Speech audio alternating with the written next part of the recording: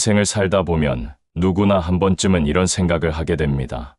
어제까지 건강했던 사람이 갑자기 병에 걸리고, 행복했던 가정이 하루아침에 무너지고, 사랑했던 사람이 떠나가고, 이런 일들을 겪으면서 우리는 깊은 절망감에 빠지게 되죠. 하지만 2500여 년 전 부처님은 이미 이 모든 것에 대한 깊은 통찰을 우리에게 남겨주셨습니다. 바로 무상이라는 가르침을 통해서 말이에요. 무상이란 모든 것이 영원하지 않고 계속해서 변화한다는 뜻입니다. 부처님은 이 무상의 진리를 통해 우리가 인생의 고통에서 벗어날 수 있는 길을 제시해 주셨어요. 오늘 우리는 부처님의 지혜를 통해 인생의 무상함을 올바르게 이해하고 받아들이는 방법에 대해 깊이 살펴보겠습니다. 먼저 부처님이 깨달으신 무상의 진리가 무엇인지부터 알아보겠습니다. 부처님은 보리수 아래에서 깨달음을 얻으시면서 이 세상의 모든 존재가 무상하다는 것을 깨달으셨어요. 산도 언젠가는 깎여 없어지고, 바다도 언젠가는 마르고, 심지어 지구도 언젠가는 사라진다는 것을 아셨던 거죠. 하물며 우리 인간의 삶이야 더 말할 나위가 있겠어요. 하지만 부처님이 무상을 말씀하신 것은 우리를 절망시키기 위해서가 아니었어요. 오히려 이 진리를 올바르게 이해함으로써 진정한 평화와 자유를 얻을 수 있다고 가르쳐 주신 거예요. 사람들이 고통받는 이유는 무엇일까요? 부처님은 그 근본 원인을 집착해서 찾으셨어요. 우리는 변화하는 것들을 영원하다고 착각하고 거기에 집착하기 때문에 고통받는다는 거죠. 젊음이 영원할 거라고 생각하고, 건강이 영원할 거라고 생각하고, 사랑하는 사람이 영원히 내 곁에 있을 거라고 생각해요. 하지만 현실은 그렇지 않습니다. 시간이 지나면 젊음은 사라지고, 건강도 잃게 되고, 사랑하는 사람도 언젠가는 헤어지게 되어 있어요. 이때 우리는 큰 충격을 받고 절망하게 되는 거죠. 부처님은 이런 고통의 원인을 정확히 파악하시고 해결책을 제시해 주셨어요. 바로 무상의 진리를 올바르게 이해하고 받아들이는 것이었죠. 무상을 이해한다는 것은 단순히 모든 것이 변한다는 사실을 머리로 아는 것이 아니에요. 가슴 깊이 체득하고 삶의 태도 자체를 바꾸는 것을 의미해요. 그러면 무상의 진리를 일상생활에서 어떻게 적용할 수 있을까요? 첫 번째로, 좋은 일이 생겼을 때 너무 들뜨지 않는 것입니다. 승진을 했다거나 복권에 당첨되었다거나 하는 좋은 일이 생기면 우리는 자연스럽게 기뻐하게 되죠. 하지만 부처님의 가르침에 따르면 이런 좋은 상황도 영원하지 않다는 것을 기억해야 해요. 승진을 해도 언젠가는 퇴직을 해야 하고, 돈을 벌어도 언젠가는 쓰게 되어 있거든요. 이것이 무상의 진리예요. 그렇다고 해서 좋은 일에 전혀 기뻐하지 말라는 뜻은 아니에요. 기쁨을 느끼되 그것에 너무 깊이 집착하지 말고, 그 기쁨도 언젠가는 변화할 것이라는 사실을 받아들이라는 거죠. 이렇게 하면 좋은 일이 끝났을 때 오는 실망감이나 허탈감을 줄일 수 있어요. 두 번째로, 나쁜 일이 생겼을 때 너무 절망하지 않는 것입니다. 사업이 망했다거나 사랑하는 사람을 잃었다거나 하는 어려운 일이 생기면 우리는 마치 세상이 끝난 것처럼 느끼곤 해요. 하지만 무상의 진리를 이해하면 이런 어려운 상황도 영원하지 않다는 것을 알 수 있어요. 지금은 힘들어도 시간이 지나면 상황이 바뀔 수 있고 새로운 기회가 올 수도 있거든요. 부처님은 이런 말씀을 하셨어요. 고통도 무상하고 즐거움도 무상하다. 이 말씀의 의미를 깊이 새긴다면 어떤 상황에서도 평정심을 유지할 수 있을 거예요. 세 번째로, 인간관계에서 무상의 지혜를 적용하는 것입니다. 우리가 가장 힘들어하는 것 중 하나가 인간관계의 변화예요. 친했던 친구가 멀어지고, 사랑했던 연인이 떠나고, 믿었던 사람이 배신할 때 우리는 큰 상처를 받죠. 하지만 무상의 관점에서 보면 이런 변화는 자연스러운 일이에요. 사람의 마음도 계속해서 변하고 상황도 계속해서 변하기 때문에 관계 역시 변할 수밖에 없어요. 이것을 받아들이면 관계의 변화에 대해 좀 더 여유로운 마음을 가질 수 있어요. 물론 이별의 아픔이 전혀 없어지는 것은 아니에요. 하지만 그 아픔에 너무 깊이 빠져들어서 자신을 파괴하지는 않을 수 있어요.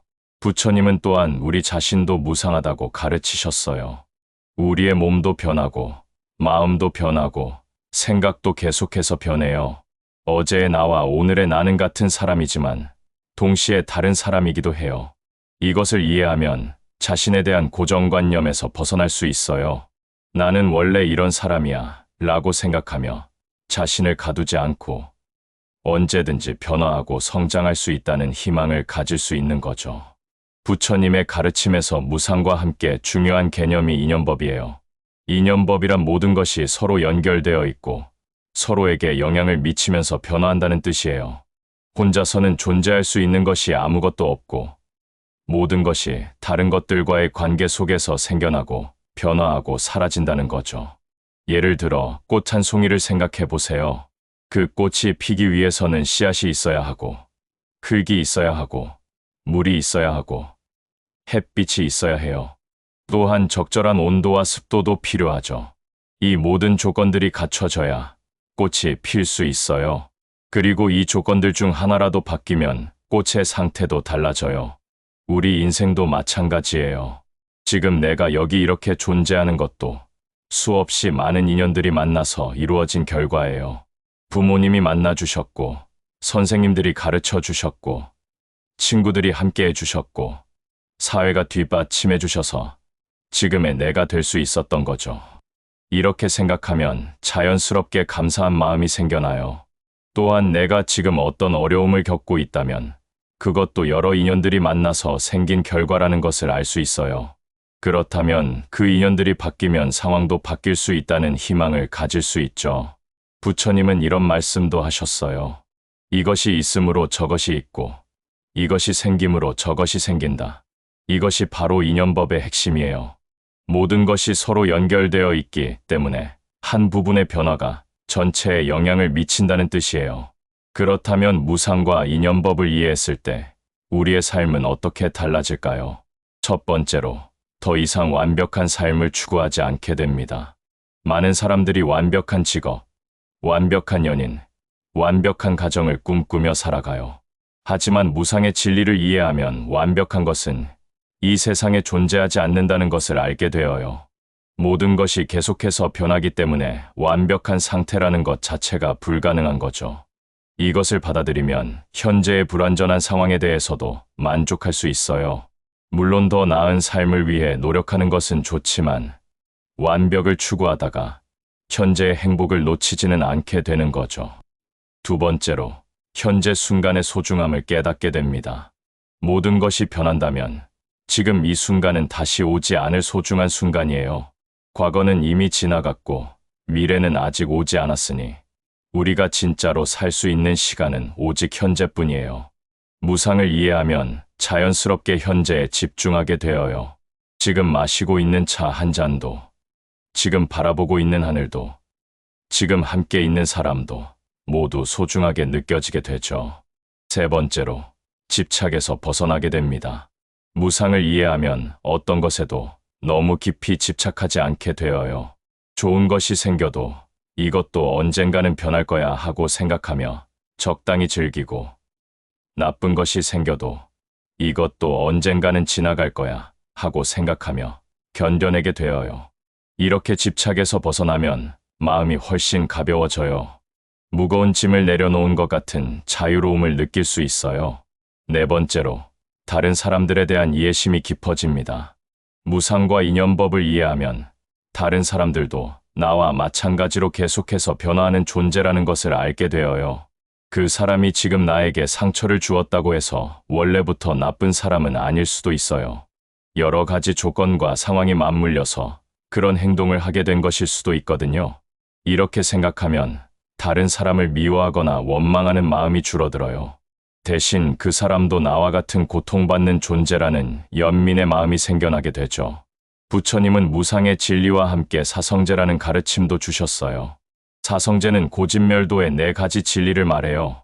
첫 번째는 고성제로, 인생은 본질적으로 고통스럽다는 진리예요.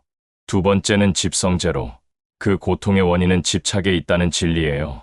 세 번째는 멸성제로, 집착을 버리면 고통에서 벗어날 수 있다는 진리예요. 네 번째는 도성제로, 고통에서 벗어나는 구체적인 방법이 있다는 진리예요. 이 사성제와 무상의 가르침을 함께 보면 더욱 깊은 이해가 가능해요. 우리가 고통받는 이유는 변화하는 것들을 영원하다고 착각하고 거기에 집착하기 때문이에요. 하지만 무상의 진리를 깨닫고 집착을 버리면 고통에서 벗어날 수 있다는 거죠. 그렇다면 일상생활에서 무상의 지혜를 어떻게 실천할 수 있을까요? 첫 번째로, 매일 명상하는 시간을 가져보세요. 명상은 무상의 진리를 체험할 수 있는 가장 좋은 방법 중 하나예요. 앉아서 호흡을 관찰하다 보면 숨이 들어왔다가 나가고 생각이 일어났다가 사라지는 것을 볼 수 있어요. 이런 작은 변화들을 관찰하면서 무상의 진리를 몸으로 느낄 수 있게 되어요. 두 번째로, 자연을 자주 관찰해 보세요. 자연은 무상의 가르침을 가장 잘 보여주는 스승이에요. 봄에 피었던 꽃이 가을에 시들고 여름에 울창했던 나무잎이 겨울에 떨어지는 것을 보면 자연스럽게 무상을 이해하게 되어요. 계절의 변화, 날씨의 변화, 하루 중에도 계속 변하는 빛과 그림자를 관찰해 보세요. 세 번째로, 감사 일기를 써보세요. 매일 감사한 일들을 기록하다 보면 현재 순간의 소중함을 깨닫게 되어요. 오늘 마신 따뜻한 커피, 오늘 본 아름다운 노을, 오늘 나눈 친구와의 즐거운 대화. 이런 소소한 일들이 모두 다시 오지 않을 소중한 순간들이라는 것을 알게 되죠.